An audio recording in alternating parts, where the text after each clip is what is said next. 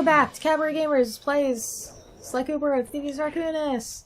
Wow, it's funny how I actually remember the name of this game and not any of the others. Whoa, how does that work? Well, this is like one of your favorite games. It's one of my favorite games. What is your favorite game? What would you say? This or Spyro. Yeah. There is no favorite. There is just this or Spyro. I don't know what my favorite game would be. It's a tough call. I mean, StarCraft right now is kind of close second. I mean, it's another Mario. I think I really don't want to know how many hours I've spent playing Final Fantasy VII or the Dynasty Warriors games, which I have a love-hate relationship with those things. And Dynasty Warriors, not Final Fantasy. I love Final Fantasy. Your sister, like, wrecks Dynasty Warriors. She's unbeatable. There's this. Yeah, my sister is, she is really, like, Koei should, give her sponsorship or something. She's, you know.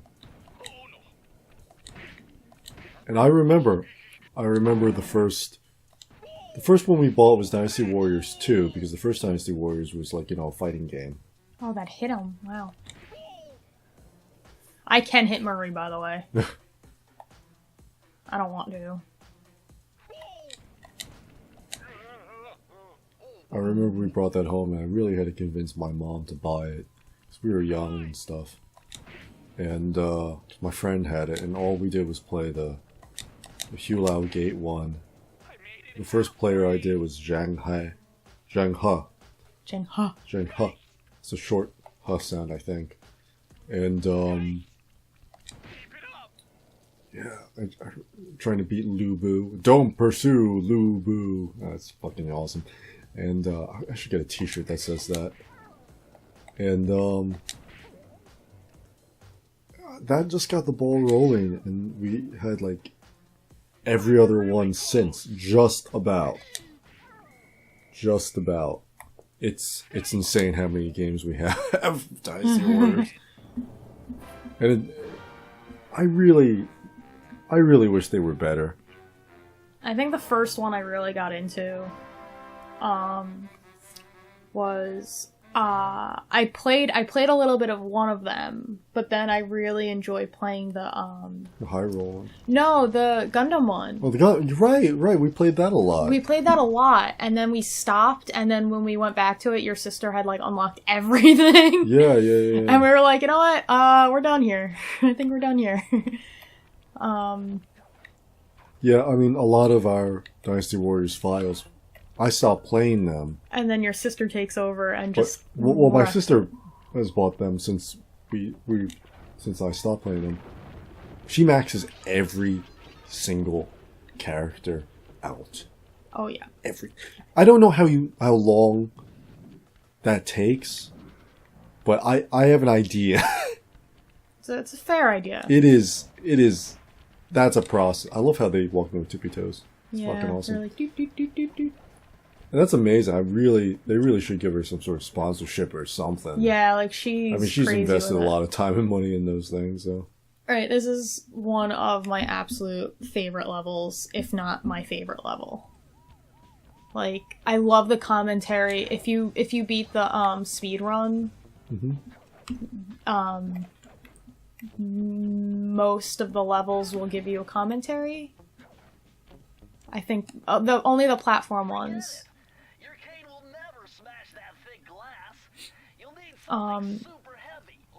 The commentary on this particular level was how they made this level, and they were like, yeah, we used Lego pieces. Actually, we made this whole level out of Legos, and then we were like, hey, this is a good level. Oh no, that's not what I wanted. It's an interesting way to go about making video game levels. Yeah, and it was just such a neat idea. I actually ended up going out and buying a box of Legos just because of that. And I played so many Legos I in the played with basement. them for literally 5 minutes and said, fuck these. Yeah. I was always terrible at Legos. I don't know how you can be bad at Legos, but I was. Well, you're just creative and stuff, so you just weren't being very creative with them. No, I was just really like super OCD about how things would fit, and then I get really pissed when they didn't, and just yeah. There we go. It's like, you know, when you're a kid and you have definitive ideas, but you know you're a kid, you can't always do everything the way you imagine it in your mind. Yeah. It's frustrating as fuck. When you jump on these cars, they will stay as long as you're on it. As soon as you jump, they will fall. So don't feel like, oh, you have to jump on and then jump off immediately. That would probably make it worse. That so make sure you're in a position to jump off. Yeah. And collecting the bottle too, because if you don't collect it before it falls, it doesn't count as breaking it. Right. Which is a little unfortunate, but that's how that cookie crumbles. And then there's this. It spits out 4, 5, 6, 7, 8. Nice. Because I think they just didn't have enough places in this level to put more. That and you know, they're gonna be people who don't you know, wait full length. Yeah, like you let one come out and you're like, alright. How do I... Oh, right. Let's get up here.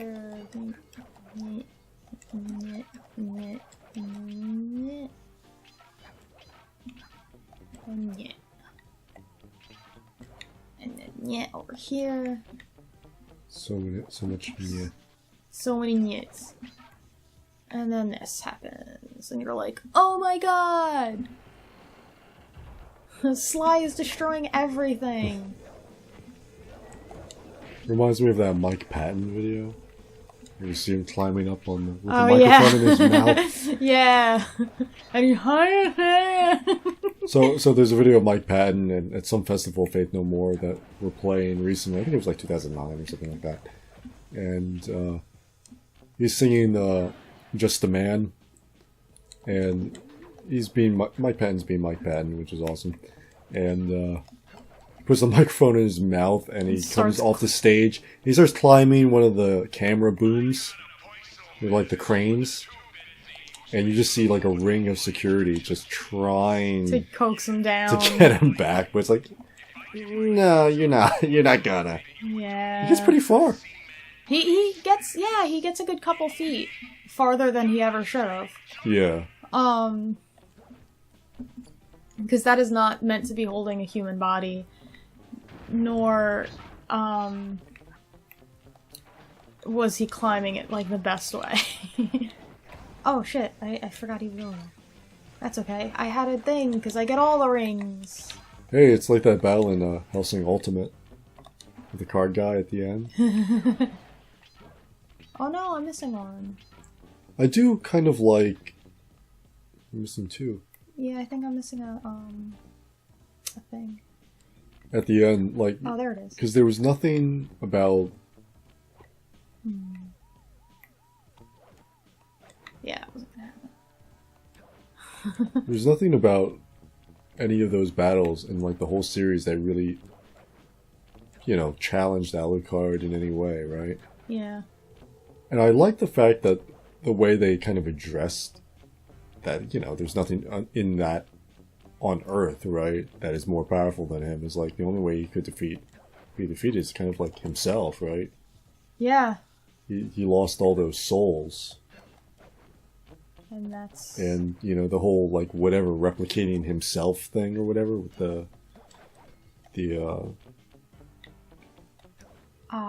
remember? Like, he had to kill his other souls. To try to get rid of, because what had happened was... Yeah, but the only reason he didn't die is because he absorbed, Schrödinger. I don't remember the character's name. The cat. Like, that's why they named it that, because it was Schrödinger's cat. Fuck that name. Schrodinger? I don't remember. Schrodinger's cat? Maybe in the box. Is it alive? Is it not? Doesn't matter. It's in the box. You can't see it. I don't know. He absorbs the cat, and he's not dead, or is he? It's like a weird thing. He's not dead, but he had to kill the other souls inside himself, or whatever. No, he released it to cause a war, basically, and then he became his true self.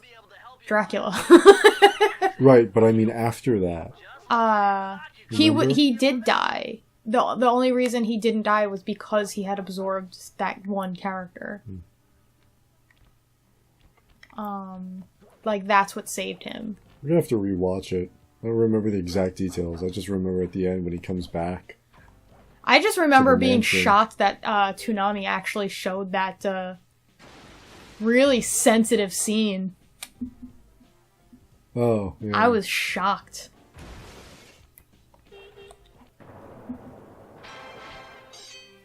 You know the scene. Now, here's the thing. Rabies and I know what each other are talking about. It'll sound like we don't know a damn thing when you guys are listening to it. But we do know what we're saying. It's like, you know the thing and the thing? Yeah, that thing? Yeah, the thing. We do know, but there's no point in us trying to explain it any better because we're just both tired and filled with ice cream. But we know. Filled with ice cream. If you're going to be filled with anything, might as well be ice cream. Might as well be ice cream. Let me just roll past you. It's like, yeah, that's like a meme for life, right? It's like, if you're going to be filled with any cream, might as well be ice cream. I would almost rather it be ice cream sometimes, you know? Like, for me, yeah. Yeah. For you, especially, because I know you don't like just any cream. No, I don't. I like whipped cream. Your mom hates whipped cream. With a passion. I don't know. I don't know if she hates it with a passion, but she doesn't like whipped cream. Did you get the third one there? I think so, yeah. Okay. Because, it kind of looked like it yeah, missed. no, it's... I didn't know if it was just a camera angle or not.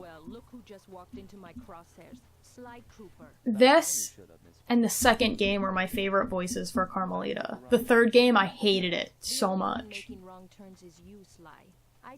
I think because she's very, very, very Spanish, but she's supposed to be a cop in France. And it drives me nuts, because, like, her accent becomes much more Spanish. And I'm like, okay, I get it, Sly doesn't sound French either, right. But... I mean, you could be ethnically Hispanic and have a French accent if you live in... Your nationality could be French. But she is, like, the top police officer in France, like... Was she born in France? I don't know. But it just seems like a weird thing for her to, like, transfer into a different place. Yeah, I mean, that's just kind of like a weird choice. Like, as far as I wouldn't expect, like, a New York officer to have a Jersey accent. Yeah, I mean, honestly, I think this is the first time you ever said that Sly is actually supposed to be French. Yeah, he's French. Never occurred to me because of the voice. It's because where he lives, like, if you pay attention to, like, all the little, like, cutscenes, their van always goes back to Paris. The backgrounds on a lot of, like, the official Sly art, he's almost always, like, the Eiffel Tower is always in view. Yeah. Well, I've never really paid attention that much then. And his hat. It's got a little beret. But yeah, so his heritage itself is not French. So that's the only reason I'm like, whatever. It's purely just like, this is where he lives.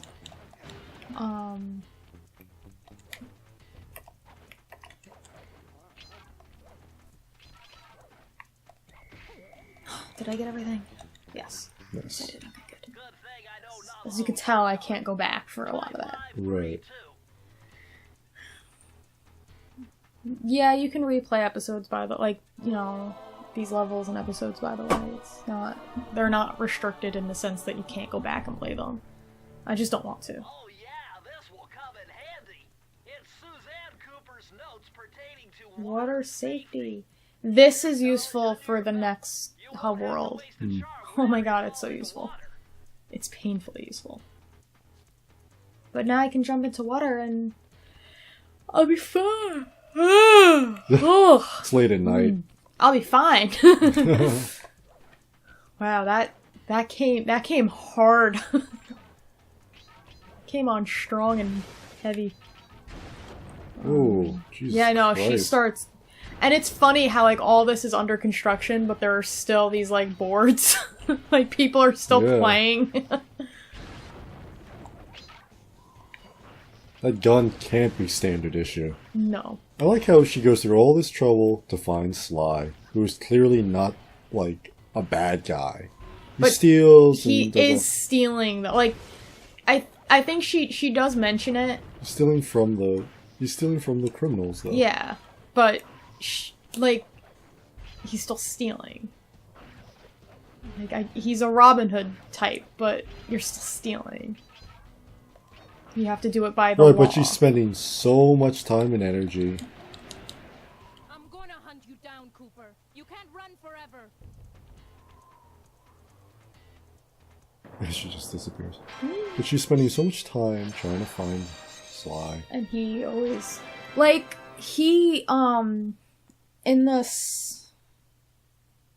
second game, they do actually talk about that. How he's not a bad guy, and she knows that. It's just he is breaking the law. Right. And she can't let that go.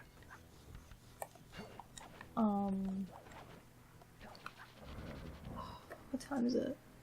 Yeah, no, I don't have enough time for this level. It's fine. We'll meet you back here next time on Cabaret Gamers. Play Sly Cooper and Thievius Raccoonus. Right, take care, everybody. We'll see you soon. Back alley heist. Bye.